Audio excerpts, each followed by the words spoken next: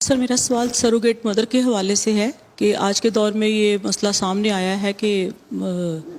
جیسے کہ ایک خاتون اگر ماں نہیں بن سکتی تو فزیکلی اس میں کچھ پرابلمز ہیں تو دوسری خاتون کو جو ہے وہ کرائے پر حاصل کر کے اس سے بچہ جو ہے وہ پیدا کروایا جاتا ہے. ایک تو اس کے حوالے سے بتا دیجئے کہ اس میں کیا آپ کی رائے ہے، یعنی دین کے اصولوں کو سامنے رکھتے ہوئے کیا یہ صحیح ہے؟ اور دوسرا یہ کہ ایک تو فزیکلی پرابلم میں ہے خاتون تو وہ یہ نہیں صلاحیت رکھتی، اور ایک محض جو ہے وہ پیدا نہیں کرنا چاہتے لیکن اپنا ہی بچہ چاہتے ہیں، اس لیے باہر سے خاتون کو جو ہے وہ حاصل کر رہے ہیں، تو کیا اس طریقے سے بھی یہ جائز ہے؟ میرے نزدیک اس کے لیے جو مبنی ہے وہ رضاعت کا تعلق ہے، اور وہ قرآن میں بیان ہو گیا ہے. یعنی آپ کے علم میں ہے کہ دین میں یہ بات اللہ تعالیٰ کی طرف سے واضح کر دی گئی ہے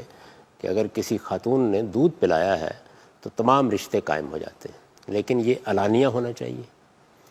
یہ ہر ایک پر واضح ہونا چاہیے کہ اگر اس طریقے کا تعلق قائم کیا جائے گا، یہ نا محض چھاتیوں کا تعلق قائم کر دینے کے نتیجے میں اتنی حرمتیں واقع ہو گئیں تو یہاں بھی واقع ہو جائیں گی. نہ تو یہ معاملہ کوئی ایسا ہے کہ بس کرایہ دیا آپ نے اور فارغ ہو گئے، متعین طور پر معلوم ہونا چاہیے، اس کا اعلان ہونا چاہیے، بچے کے بارے میں واضح ہونا چاہیے کہ اب اس کی ماں ہے،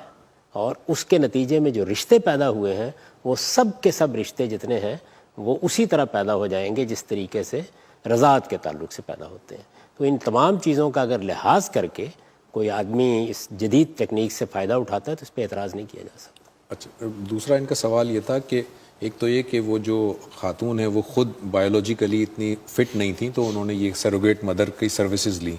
مگر دوسرا یہ ہے کہ وہ فٹ تو ہیں لیکن وہ نہیں چاہتی کہ وہ کیری کریں اور وہ سروگیٹڈ مدر کو لینا چاہتے ہیں. جواب بھی اسی میں ہے، یعنی آپ کے دودھ نہیں اترا تو آپ نے رضاعت کا تعلق قائم کر لیا، اترا ہے اس کے باوجود کر لیا. تو اس وجہ سے دونوں صورتیں آپ کی نظر میں ٹھیک ہیں، بس اس کو علانیہ ہونا چاہیے، اور یہ سمجھ لینا چاہیے کہ وہ بالکل ویسا ہی انتخاب ہے جس طرح کہ آپ ماں کا انتخاب کرتے ہیں. یعنی جیسے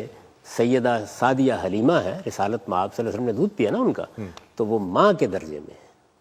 ان کے تمام رشتے اسی طرح ہوں گے. اور وہ سروگیٹڈ مدر بھی وہ ماں کے درجے میں ہوگی اس بچے کے لیے. دیکھیے قرآن مجید تو یہاں تک چلا گیا کہ جس خاتون کا دودھ پیا ہے آپ نے،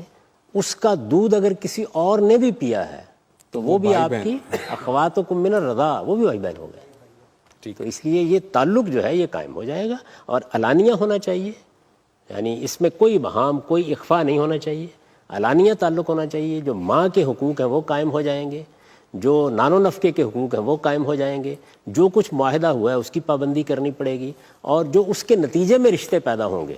ظاہر سارے رشتے قائم ہو جائیں گے نا، ان رشتوں کو بھی وہی حرمت حاصل ہو جائے گی. آگے ظاہر نکاح ہونا ہے، تعلقات ہونے ہیں، تو یہ چیز دین میں ایسے ہوگی اگر کرنی ہے کسی